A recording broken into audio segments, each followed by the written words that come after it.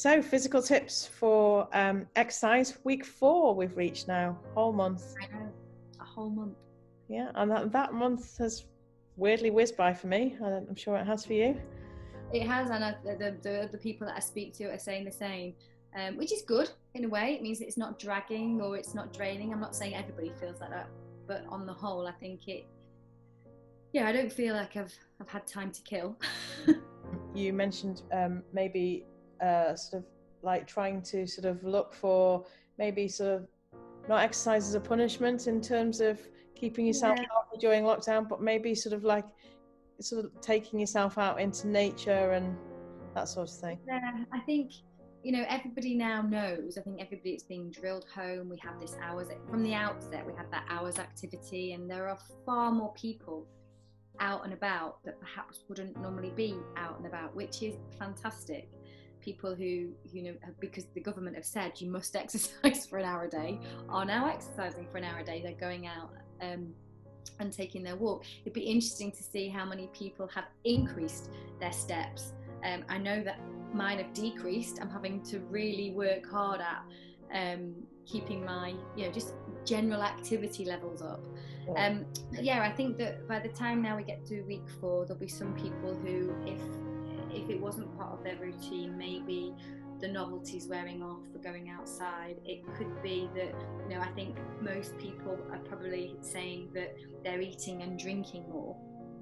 And I don't want people and wouldn't want people to start using exercise as a punishment, or thinking that if they exercise it offsets everything that they've eaten and drunk. I think that exercise and activity is absolutely about your health, about your agility, about your mobility, and about your mental health. So if you are feeling exhausted, if you're feeling stressed and a bit wretched and just not as happy clappy as you are probably thinking you should feel, or what you're trying to portray to those around you and to the outside world, if you're somebody who does do harder exercise like running or HIIT training or cycling, and you think I should be doing that's what I need to be doing, that's what I do, I think that if you are feeling genuinely exhausted,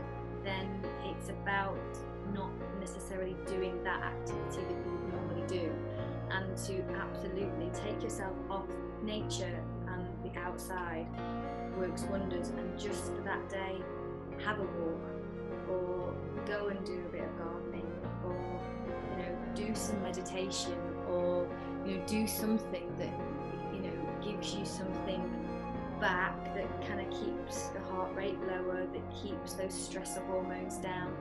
Taking your body, or taking our body that's already feeling really stressed and exhausted. I think most people are perhaps more tired than they thought, because sleep is maybe difficult to achieve. People are worried, and so it may be that you're maybe staying up later, or getting up earlier, or waking up in the night.